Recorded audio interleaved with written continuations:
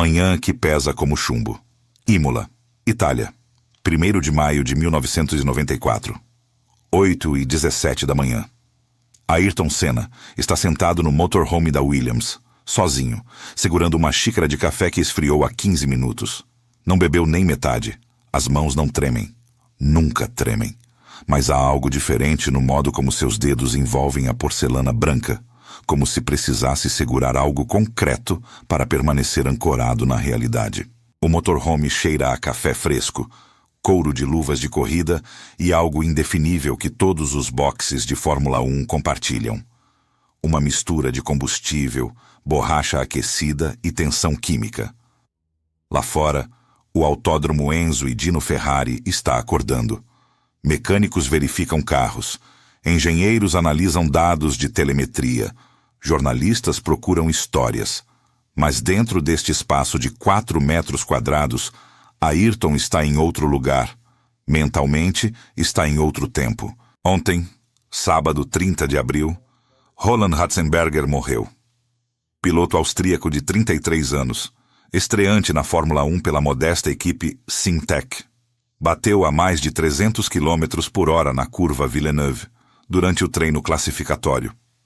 A asa dianteira que se soltou na volta anterior finalmente cedeu completamente. O carro foi direto para o muro de concreto. Sem chance, sem tempo, apenas impacto. Ayrton pediu que o carro de segurança o levasse até o local do acidente imediatamente após a sessão. A FIA considerou isso violação de protocolo. Ele não se importou. Precisava ver. Precisava entender. Quando chegou lá, ficou parado por longos minutos, olhando as marcas de derrapagem, os destroços sendo recolhidos, o concreto manchado. Não falou nada. Apenas olhou. Na sexta-feira, 29 de abril, foi Rubens Barrichello. O jovem brasileiro de 21 anos, também em sua segunda temporada, perdeu o controle na variante Bassa. O carro decolou, bateu no alto da barreira de pneus e pousou de cabeça para baixo. Rubens ficou inconsciente. Foi levado de helicóptero. Sobreviveu, mas o acidente foi violento o suficiente para enviar ondas de choque pelo paddock. E Ayrton, que via Rubens quase como irmão mais novo, sentiu cada segundo daquele impacto como se fosse próprio. Agora é domingo de manhã. Em poucas horas, 26 pilotos vão acelerar seus motores e correr a velocidades que flertam com o limite do que máquinas e humanos podem suportar. E Ayrton Senna, tricampeão mundial, o piloto mais rápido de sua geração, está sentado sozinho questionando pela primeira vez em toda a sua carreira se deveria estar no carro. A namorada, Adriane Galisteu, ligou cedo. Ela estava apavorada. Queria que ele não corresse. Disse que tinha pressentimento ruim. Ayrton tentou acalmá-la, mas as palavras saíram ocas, mesmo para seus próprios ouvidos. Ele também sente. Algo está errado este fim de semana. Algo no ar, na pista, nos carros. Ele já correu em Imola dezenas de vezes. Conhece cada metro de asfalto. Mas desta vez é diferente. Há 15 minutos, conversou com Niki Lauda. O tricampeão austríaco, que sobreviveu a um acidente horrível em Nürburgring em 1976 e retornou para vencer mais um título, estava preocupado. Eles discutiram segurança. Ayrton falou sobre reformar a associação de pilotos, sobre pressionar a FIA por melhorias urgentes nas pistas e nos carros. Na próxima semana, ele disse. Vamos começar na próxima semana. Mas primeiro, precisa correr hoje. Precisa vencer Michael Schumacher, o jovem alemão de 25 anos que venceu as 2 primeiras corridas da temporada. Precisa provar que a decisão de deixar a McLaren e vir para a Williams foi correta. Precisa conquistar o 4º campeonato mundial que persegue há 3 anos. Precisa justificar os 20 milhões de dólares que a Williams está pagando. Precisa. Mas pela primeira vez, a palavra precisa soa menos como motivação e mais como prisão. O preço de estar no carro errado voltar para outubro de 1993 é necessário para entender o peso que Ayrton carrega nos ombros nesta manhã de maio. Entre o Grande Prêmio de Portugal, em 26 de setembro de 1993, e o Grande Prêmio do Japão, em 24 de outubro, algo mudou. Alain Prost, o tetracampeão francês que pilotava pela Williams, anunciou sua aposentadoria.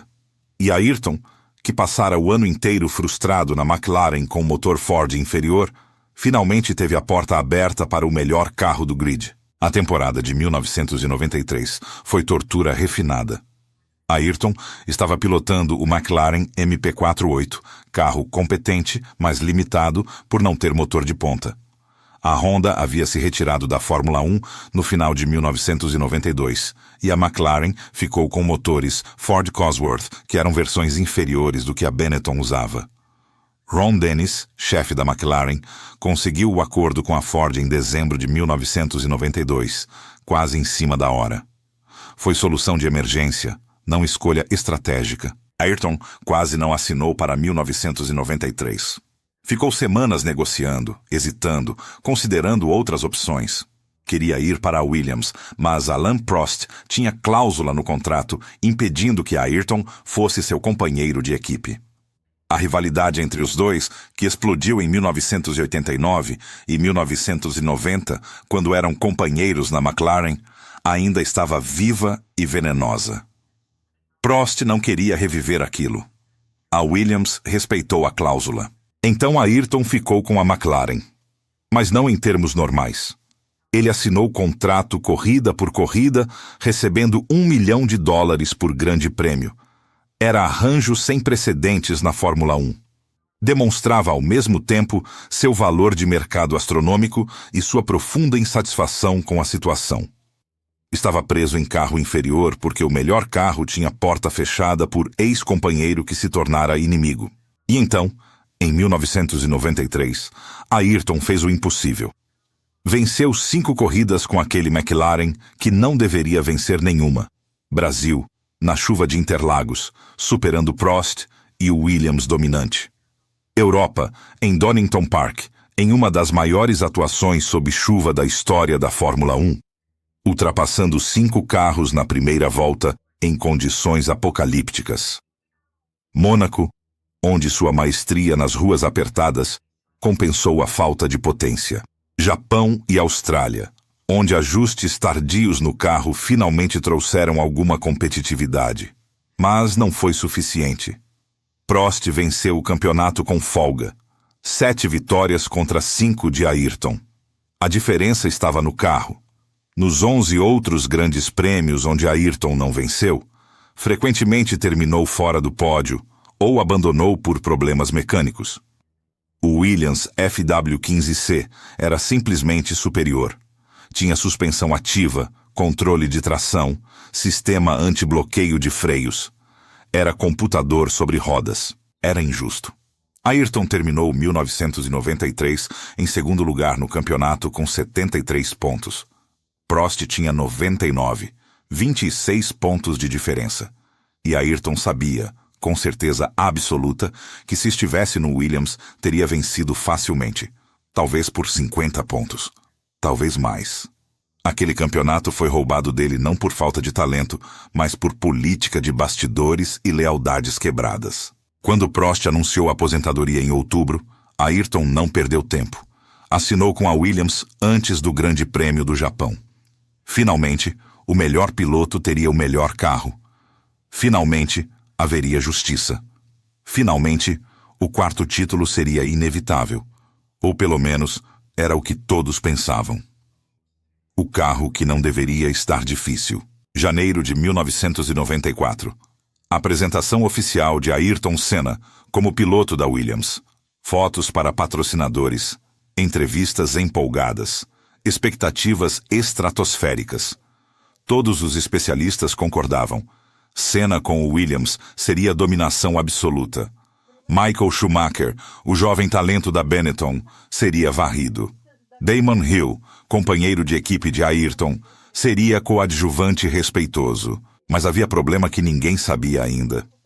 Para a temporada de 1994, a FIA baniu todas as ajudas eletrônicas. Suspensão ativa, controle de tração, freios antibloqueio, tudo proibido. A ideia era colocar mais ênfase no piloto e menos no computador. Parecia lógico, parecia justo. Mas significava que o Williams FW16, o carro que Ayrton iria pilotar, era fundamentalmente diferente do FW15C que Prost dominara em 1993. O FW16 era instável, principalmente na traseira. Sem os sistemas eletrônicos compensando imperfeições aerodinâmicas, o carro ficava nervoso em alta velocidade. Imprevisível. Perigoso. Adrian Newey, o engenheiro-chefe da Williams, estava trabalhando para resolver, mas não havia solução rápida. Era problema de design fundamental que levaria meses para corrigir. Nos testes de pré-temporada, Ayrton percebeu imediatamente. O carro não respondia como deveria. Ele pediu mudanças no chassi, ajustes na aerodinâmica, tudo para domar a traseira solta. A equipe trabalhou febrilmente, mas não conseguia encontrar o equilíbrio. E o tempo estava acabando. A temporada começaria em março. Ayrton teve escolha naquele momento. Poderia ter dito que não estava satisfeito. Poderia ter exigido mais tempo de desenvolvimento antes de correr. Mas ele estava com 34 anos. Já havia desperdiçado 1993 em carro inferior. Não podia perder 1994 também. E além disso, Schumacher estava lá, jovem, rápido, faminto. Se Ayrton hesitasse, se mostrasse fraqueza, perderia momento psicológico.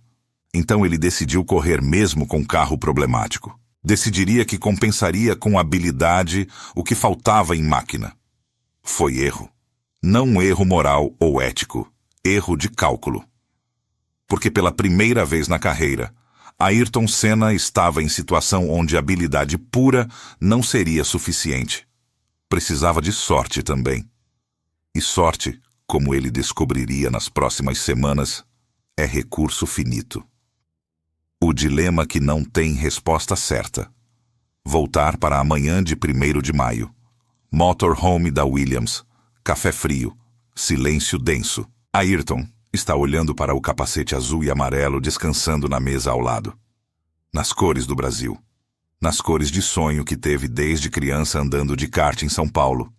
O capacete que vestiu quando venceu pela primeira vez. O capacete que usou quando conquistou 3 títulos mundiais. O capacete que carrega peso de país inteiro nas expectativas pintadas na superfície. Mas agora, olhando para aquele objeto que é ao mesmo tempo armadura e símbolo, Ayrton questiona algo que nunca questionou antes. Vale a pena? 2 acidentes em 2 dias. Rubens no hospital, ainda se recuperando. Roland morto. E ele, Ayrton, prestes a entrar no mesmo carro instável que quase o colocou no muro 2 vezes já, neste fim de semana. Durante o treino de sexta-feira, ele também perdeu o controle na curva revólver durante a sessão no Japão 2 semanas atrás. O carro simplesmente girou. Sem aviso. Sem razão aparente. Ele conseguiu retomar controle, mas foi susto genuíno. E na sexta aqui em Imola, quase aconteceu de novo em outra curva. O FB16 está traindo ele. E pilotos que não podem confiar em seus carros são pilotos em perigo mortal. Ontem, após a morte de Ratzenberger, Ayrton disse para Adriane ao telefone: "Há certas coisas sobre as quais não temos controle. Não posso desistir. Tenho que continuar." As palavras foram ditas como afirmação, mas soaram como tentativa de convencer a si mesmo tanto quanto a ela. O dilema é impossível. Se ele corre, está aceitando o risco que sabe ser inaceitável. 2 acidentes fatais ou quase fatais em 48 horas não são coincidência. São padrão. São aviso. Mas se ele não corre, está desistindo do campeonato antes de começar. Schumacher já tem 20 pontos. Ayrton tem 0. Não vencer hoje significaria começar a temporada com pelo menos 30 pontos de diferença se Schumacher vencer de novo. Diferença quase impossível de superar. E há outra camada. Ayrton é líder. É voz que outros pilotos ouvem. Se ele se recusar a correr por questões de segurança, dá força para movimento que precisa acontecer. Mas também admite fraqueza, admite medo, admite que as condições venceram. E Ayrton Senna construiu carreira inteira sobre nunca, jamais, em hipótese alguma, admitir que algo é impossível para ele. Gerhard Berger, companheiro da Ferrari e amigo próximo, conversou com ele ontem à noite. Depois da morte de Roland, Berger lembraria anos depois. Saímos da reunião de pilotos no domingo de manhã e Ayrton me disse que na próxima semana precisávamos fazer mais para tornar este esporte seguro. Na próxima semana. Sempre na próxima semana. Mas primeiro, precisa sobreviver a hoje. Ayrton termina o café frio em um gole. Coloca a xícara na mesa. Pega o capacete. O peso é familiar, reconfortante.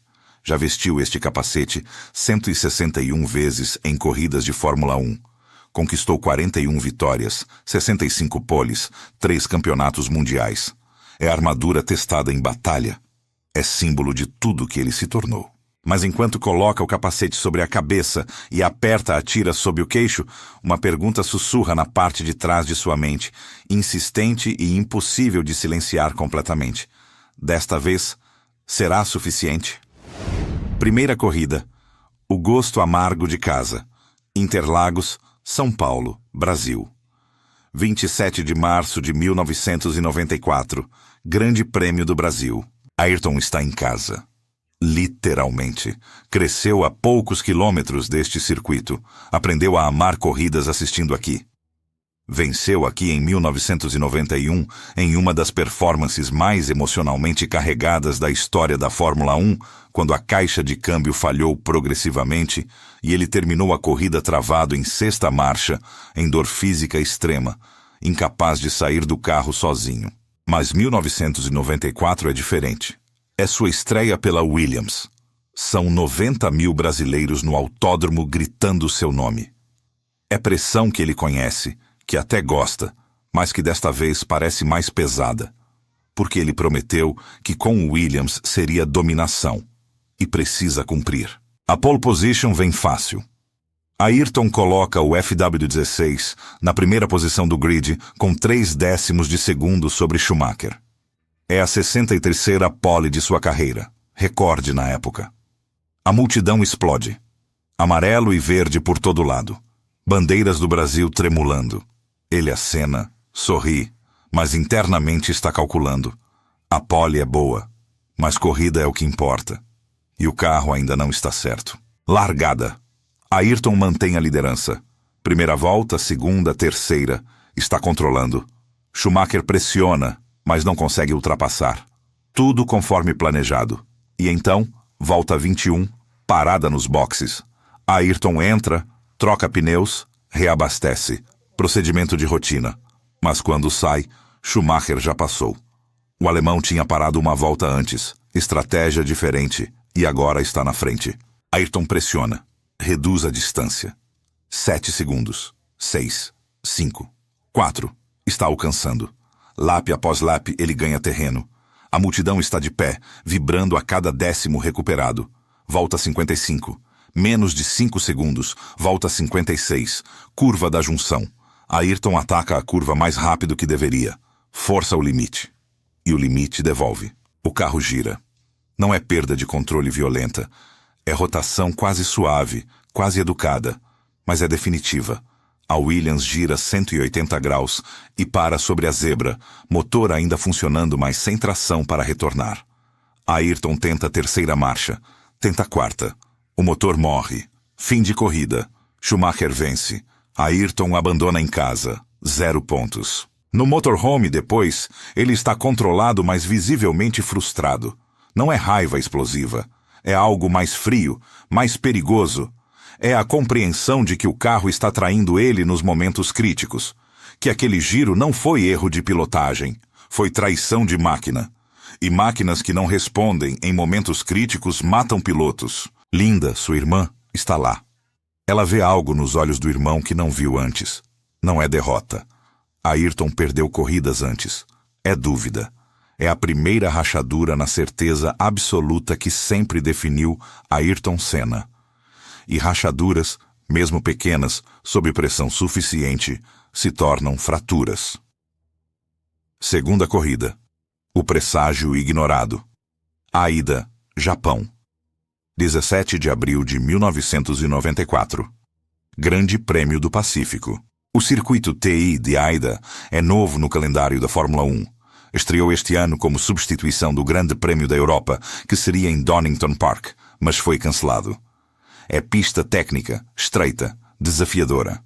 E Ayrton coloca o FW16 na pole position novamente.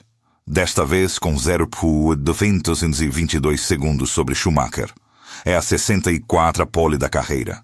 Ele está quebrando recordes mesmo lutando contra o próprio carro. Nos treinos, tanto Ayrton quanto Damon Hill, seu companheiro de equipe, tiveram problemas sérios.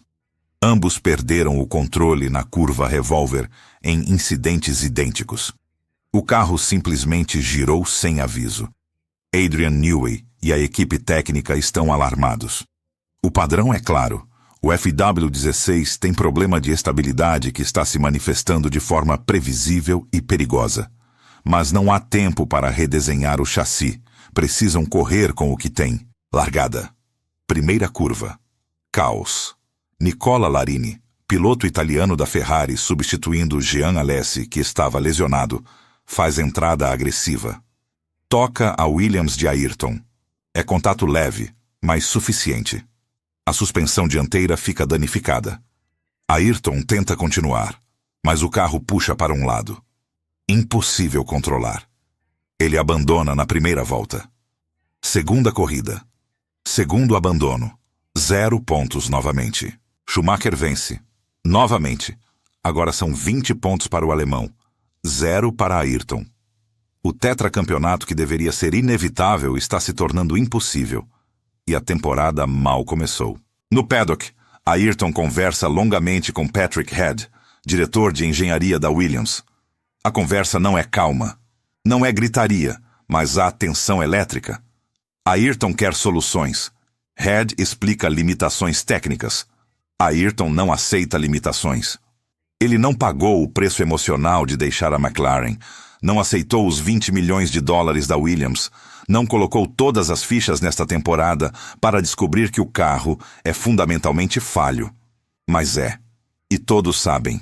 E não há solução rápida. O peso de ser ícone. Entre o Grande Prêmio do Pacífico em 17 de abril e o Grande Prêmio de San Marino em 1º de maio, há 2 semanas.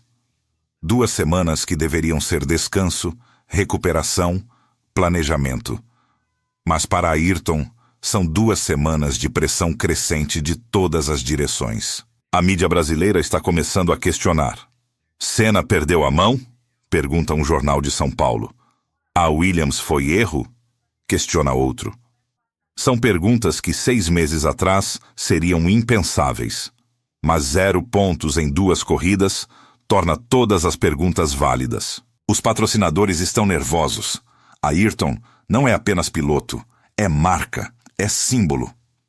Empresas pagam milhões para associar seus produtos à imagem de excelência e vitória que ele representa. Mas excelência sem vitórias é contradição insustentável. Reuniões acontecem, telefonemas são feitos. Nada explícito, apenas lembretes sutis de que expectativas existem e precisam ser atendidas. Adriane, sua namorada, nota a mudança.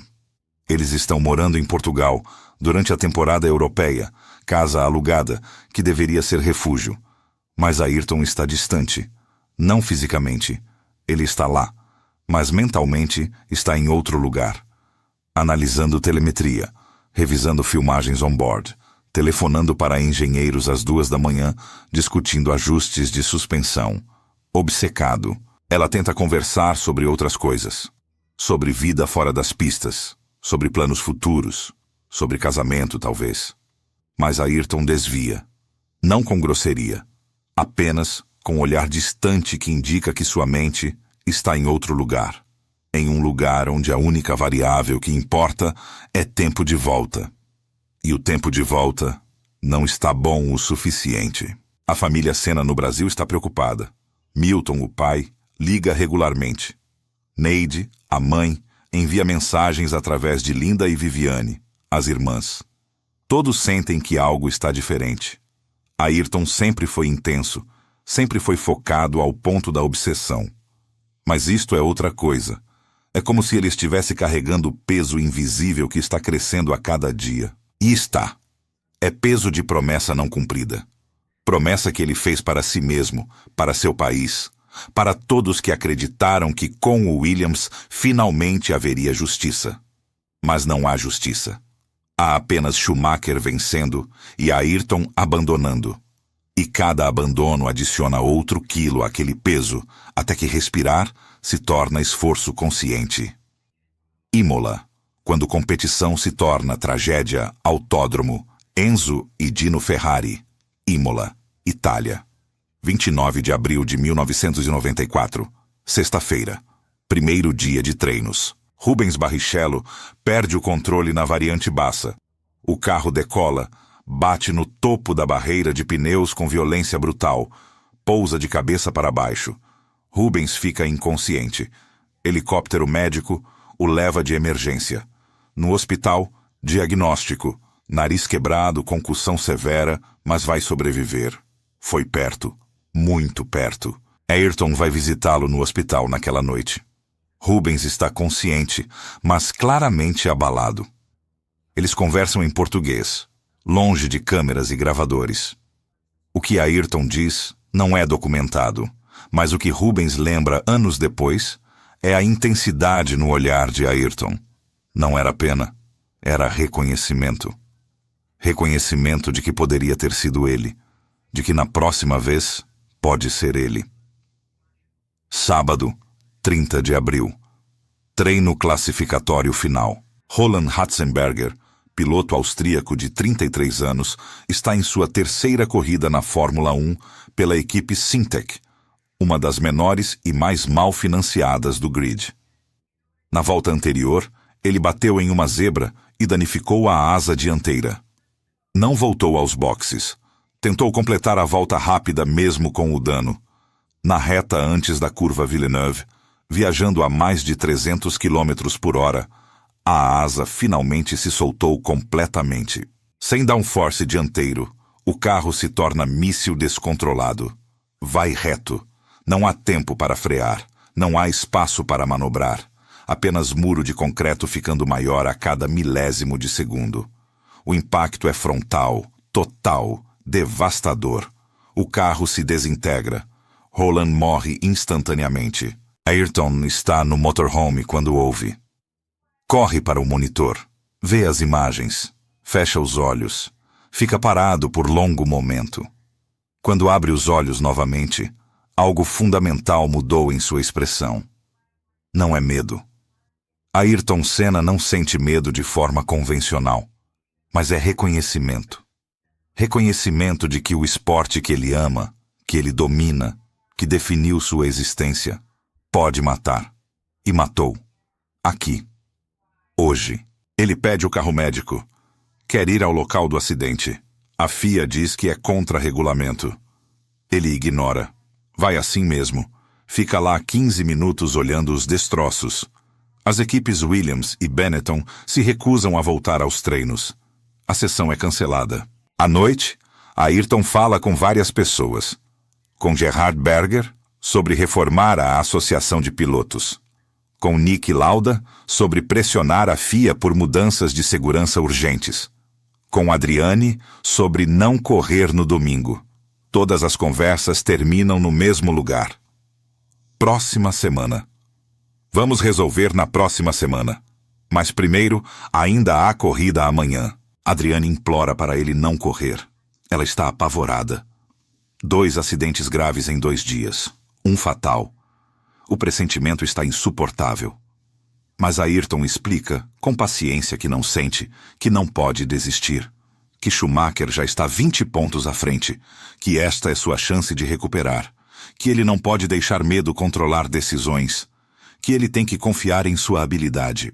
Mas ao desligar o telefone, sozinho no hotel, Ayrton olha pela janela para a noite italiana e questiona cada palavra que acabou de dizer, porque pela primeira vez ele não tem certeza se a habilidade será suficiente, porque pela primeira vez ele está enfrentando o inimigo que a habilidade não pode vencer.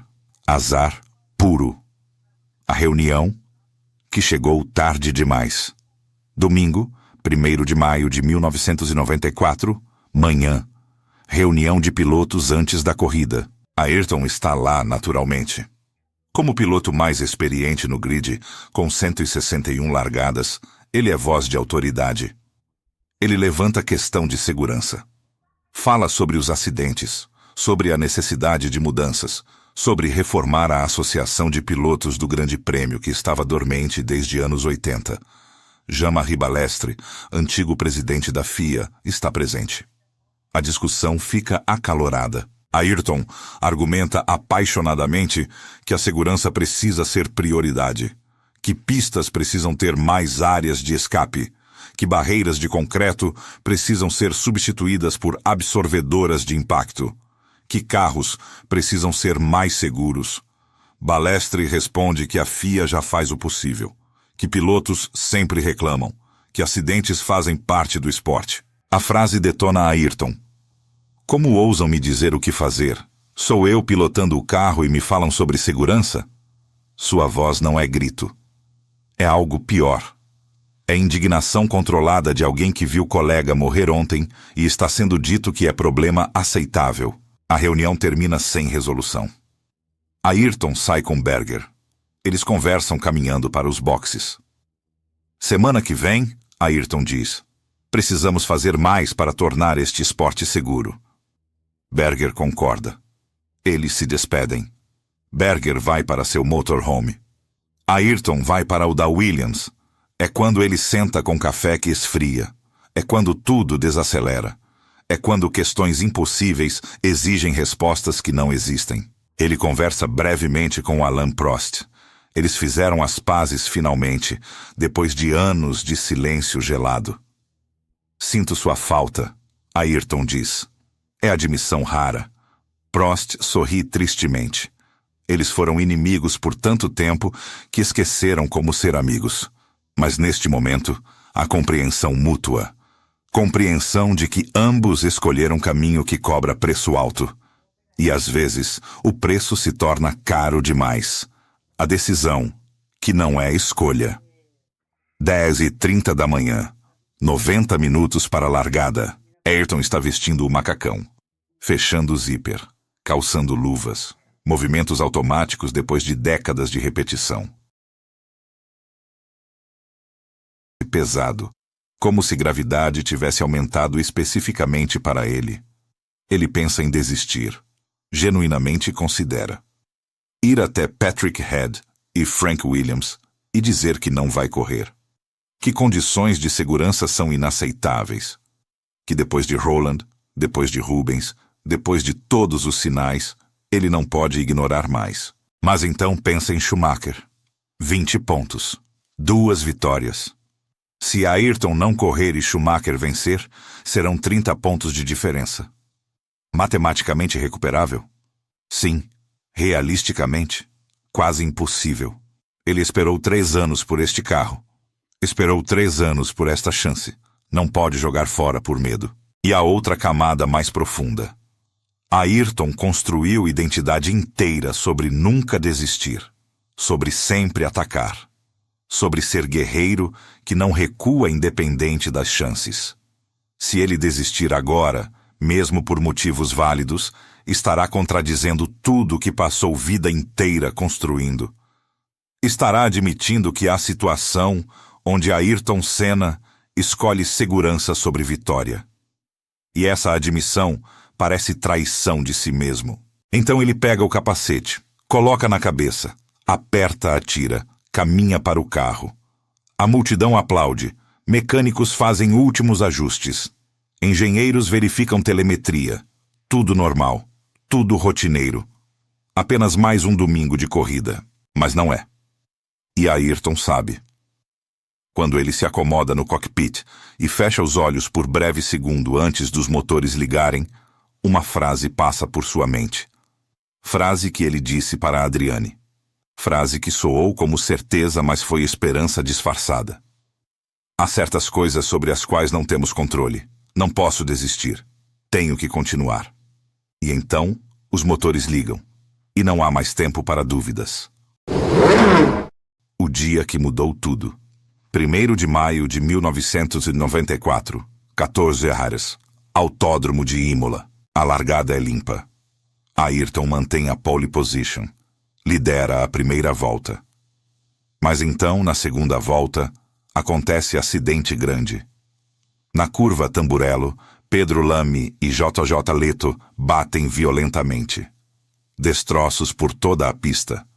O safety car é acionado. Ayrton lidera o pelotão atrás do carro de segurança por 5 voltas. Ele está impaciente. Quer que o safety car acelere. Gesticula do cockpit.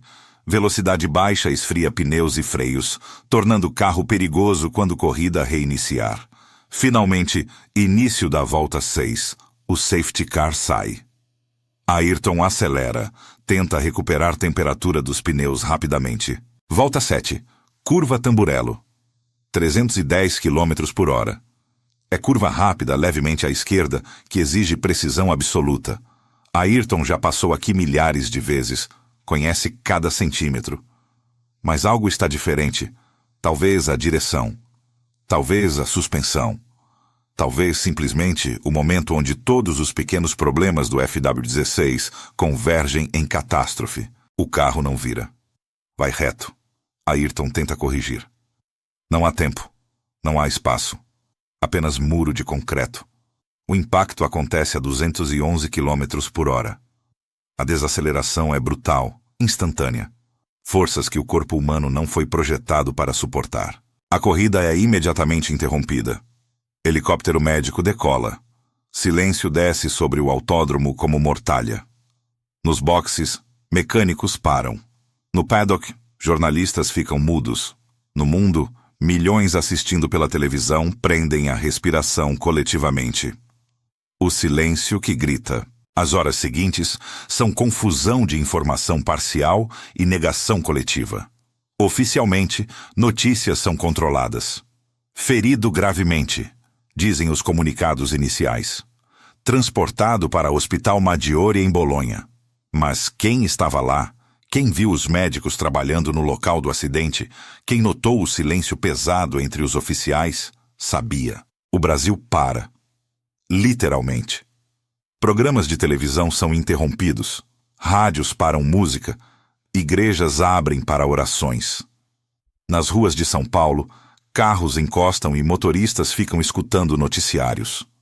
No Congresso Nacional, sessões são suspensas. O país inteiro entra em estado de suspensão, esperando notícia que não quer ouvir, mas sabe que está vindo. Às 18h40, hora local italiana, o anúncio oficial. Ayrton Senna da Silva faleceu às 14h17, 37 minutos após o acidente, apesar de todos os esforços médicos. Tinha 34 anos, 3 campeonatos mundiais, 41 vitórias, 65 poles e uma vida inteira pela frente que não vai mais acontecer. O mundo do automobilismo entra em choque. É a primeira vez desde 1982, 12 anos, que piloto morre em corrida de Fórmula 1. Era a época em que todos acreditavam que o esporte tinha se tornado seguro, que tecnologia tinha vencido o perigo, que mortes eram coisa do passado. Imola 1994 destroça essa ilusão em uma curva, em 7 segundos de horror. No Brasil, luto é nacional. Não é exagero. É literal. O governo decreta 3 dias de luto oficial. A bandeira brasileira é hasteada a meio mastro em prédios públicos. O corpo de Ayrton é repatriado em avião da Força Aérea Brasileira. Quando chega ao aeroporto de Cumbica, em São Paulo, a multidão de milhares esperando. Silenciosamente, respeitosamente, chorando. O velório no Palácio do Ibirapuera dura 3 dias. Estima-se que 250 mil pessoas passaram para prestar última homenagem. Fila de quilômetros. Pessoas esperando horas sob sol escaldante. Rico e pobre, jovem e velho, fãs de automobilismo e pessoas que nunca assistiram corrida, mas sabiam que Ayrton representava algo maior. Representava excelência. Representava não desistir. Representava sonho brasileiro. O legado que nasceu da tragédia. Nas semanas e meses após Imola 1994, a Fórmula 1 passa por transformação que deveria ter acontecido anos antes. A FIA, sob pressão internacional massiva e culpa institucional, implementa mudanças radicais de segurança. 27 curvas de alto risco em circuitos aprovados pela FIA são identificadas e modificadas. Barreiras de concreto são substituídas por barreiras absorvedoras de impacto. Áreas de escape são ampliadas. Limite de velocidade nos boxes é reduzido de 120 km/h para 80 km/h. Padrões de capacete se tornam mais rigorosos. Cockpits são redesenhados para melhor proteção. Nos anos seguintes, mais mudanças. Halo, estrutura de proteção sobre a cabeça do piloto, é desenvolvida e implementada. Testes de impacto se tornam mais severos. Barreiras, safer, são instaladas. Sistemas de extração rápida são aperfeiçoados. Carros médicos com equipamento de trauma avançado se tornam obrigatórios. Helicópteros médicos com tempos de resposta garantidos também. De 1994 até 2014, 20 anos, nenhum piloto morre em corrida de Fórmula 1. É recorde extraordinário em esporte que costumava matar regularmente. Quando Jules Bianchi sofre acidente fatal em Suzuka 2014, é choque precisamente porque havia geração inteira que cresceu acreditando que Fórmula 1 tinha vencido a morte. E em grande parte, venceu. Não completamente. Nunca completamente. Mas o suficiente para que pilotos modernos corram em velocidades que Ayrton jamais imaginou, em carros mais potentes do que ele jamais pilotou, e sobrevivam a acidentes que teriam matado ele e sua geração instantaneamente. Esse é o legado de Imola 1994. Legado construído sobre perda inaceitável, mas legado mesmo assim. Ayrton queria reformar a associação de pilotos. Queria pressionar por segurança. Queria fazer na próxima semana. A próxima semana nunca chegou para ele, mas chegou para todos os outros. E as mudanças que ele queria fazer, que ele planejava liderar, aconteceram. Apenas sem ele. O homem, além do piloto. Mas reduzir Ayrton Senna apenas ao catalisador de mudanças de segurança seria injustiça, porque ele foi muito mais. Foi o garoto de classe média alta de São Paulo que poderia ter tido vida confortável administrando negócios da família, mas escolheu perseguir sonho impossível de ser piloto profissional. Foi o adolescente que dominou o kart no Brasil e então teve coragem de ir para a Inglaterra sozinho aos 21 anos, falando inglês quebrado, para correr em Fórmula Ford e Fórmula 3. Foi o piloto que chegou na Fórmula 1 em 1984 com Toleman, equipe modesta, e imediatamente mostrou que era diferente.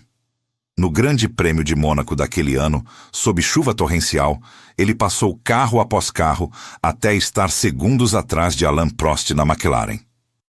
A corrida foi interrompida por condições perigosas.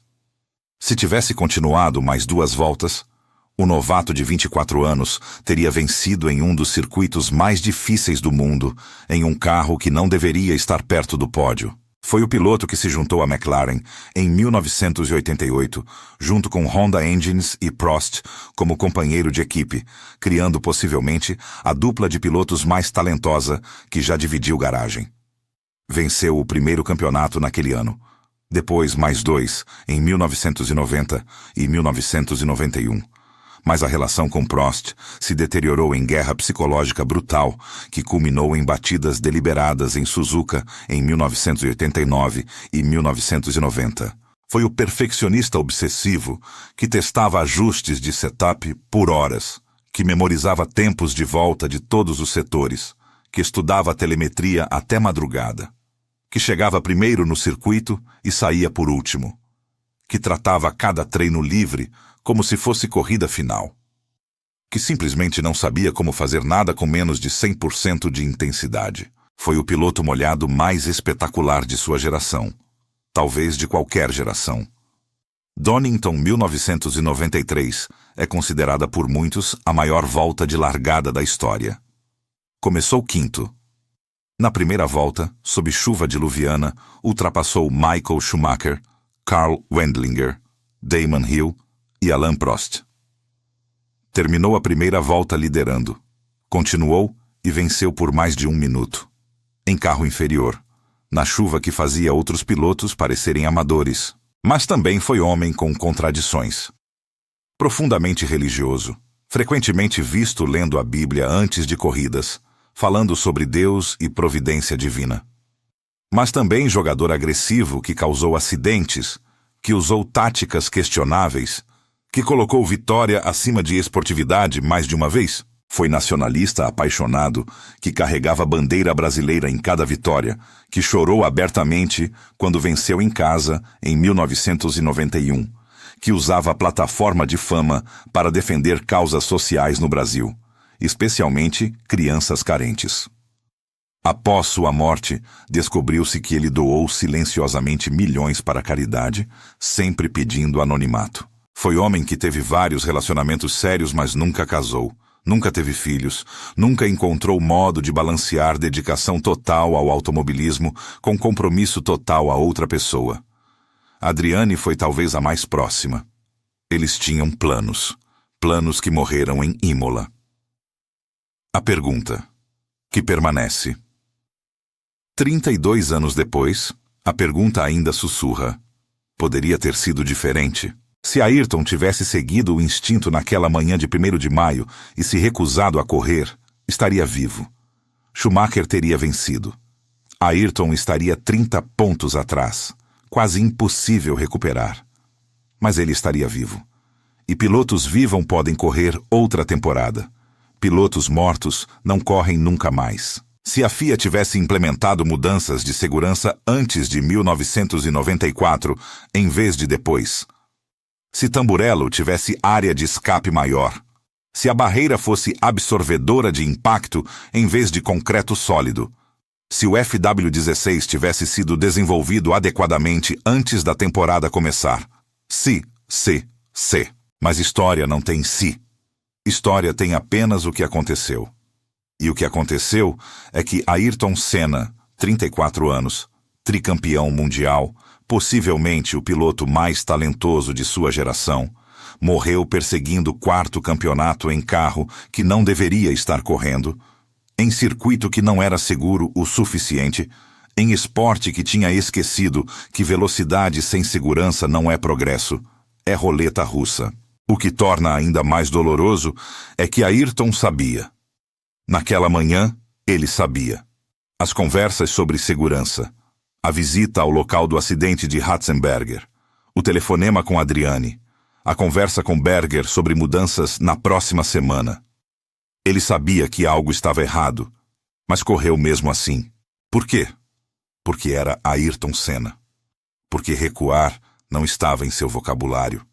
Porque a única coisa que ele temia mais do que morte era a mediocridade.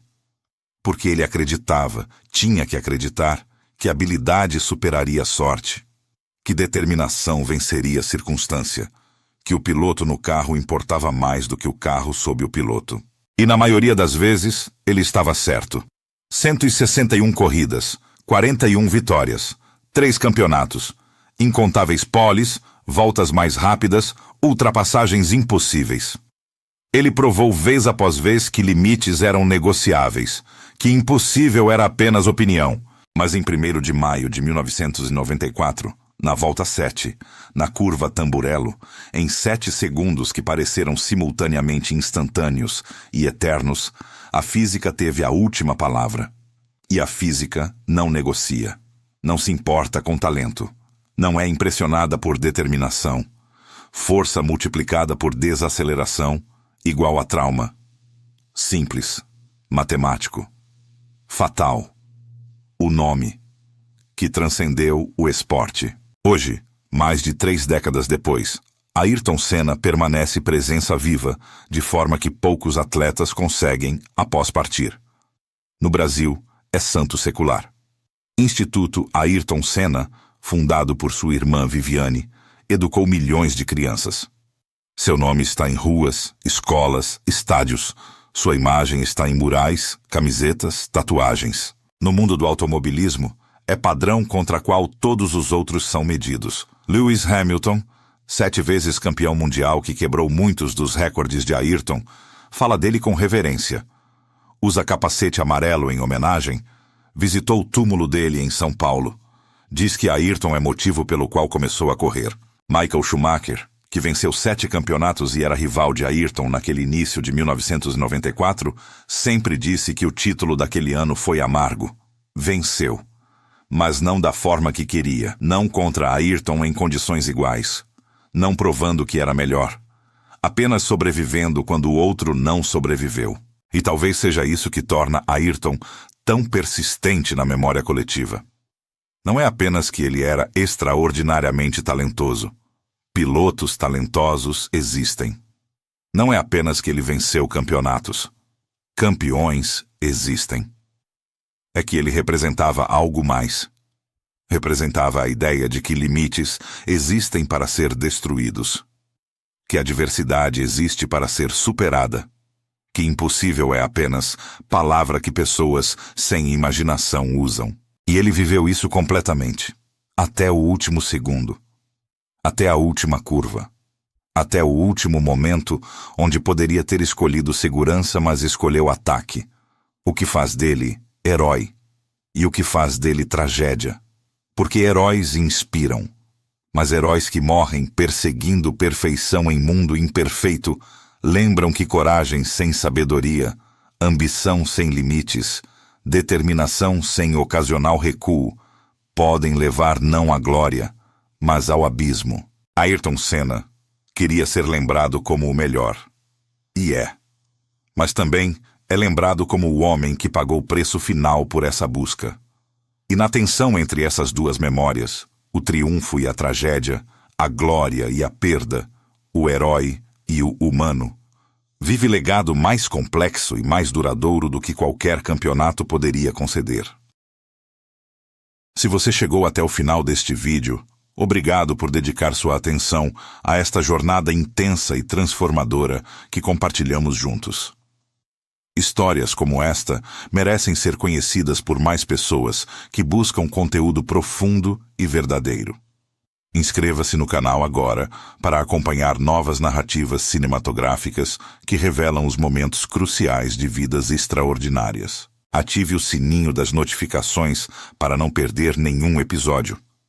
Toda semana trazemos biografias densas, emocionantes e meticulosamente pesquisadas. E compartilhe este vídeo com quem também valoriza conteúdo de qualidade. Uma simples ação. Sua ajuda este canal a crescer e a continuar produzindo material que realmente importa.